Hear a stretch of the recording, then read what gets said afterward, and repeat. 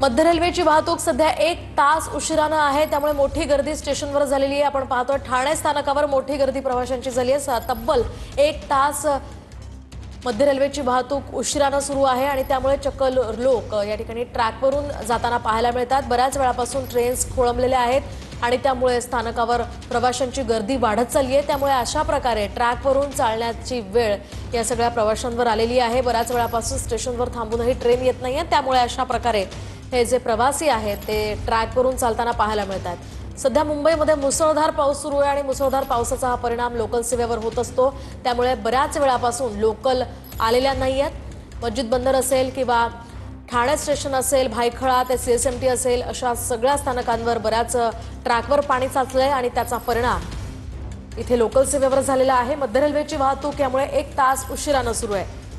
ट्रॅकवर पाणी साचण्याची ही दृश्य आपण पाहतोय।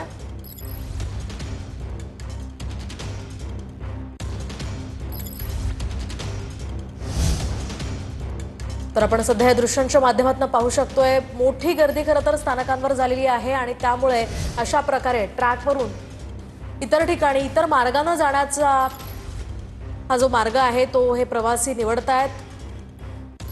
आपण पाहतोय लोकल सेवा सध्या विस्कळीत झाली आहे। विशेषतः मध्य रेल्वेची वाहतूक 1 तास उशिराने सुरू आहे। यासह इतर काही एक्सप्रेस गाड्या आहेत त्यांची सुद्धा वाहतूक सध्या संथ गतीने सुरू आहे। लोकल बऱ्याच वेळापासून खोळंबलेले आहेत। 1 तास उशिराने सध्या मध्य रेल्वेची वाहतूक आहे।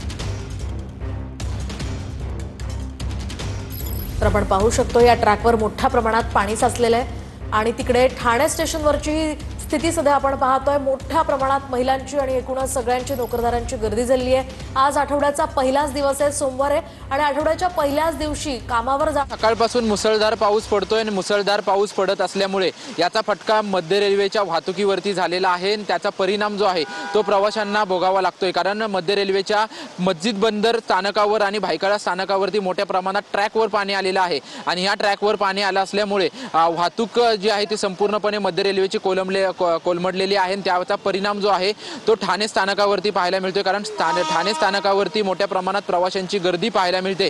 त्याचसोबतच इतर स्थानकांवरती देखील मोठ्या प्रमाणात वाहतूक प्रवाशांची गर्दी जी आहे ती गर्दी झालेली आहे। कारण सकाळपासूनच मुंबईमध्ये ठिकठिकाणी पाऊस पडत होता आणि त्याचा परिणाम जो आहे तो ज्या सुरुवातीला रस्ते वाहतुकीवरती झाला होता आणि सकाळी 9 वाजेपर्यंत मुंबईमध्ये पश्चिम रेल्वे आणि मध्य रेल्वेची वाहतूक जी आहे ते 10 ते 15 मिनिटं उशिरा होती। त्यानंतर मुसळधार पावसाने मुंबईमध्ये हजेरी लावली। कारण 11:24 हायटाईडचा इशारा जो आहे तो हवामान विभागाकडून वर्तवण्यात आला होता। त्यावेळेस 1 तास जवळपास मुंबईमध्ये मुसळधार ते अतिमुसळधार पावसाने हजेरी लावली। त्यामुळे ठिकठिकाणी मुंबई लोकलच्या पटऱ्यांवरती पाणी साचलं। त्यामुळे पटऱ्यांवरती पाणी साचल्यामुळे जे आहे ते ठिकठिकाणी वाहतूक जी आहे ती मध्य रेल्वेची कोलमडलेली आहे संपूर्णपणे।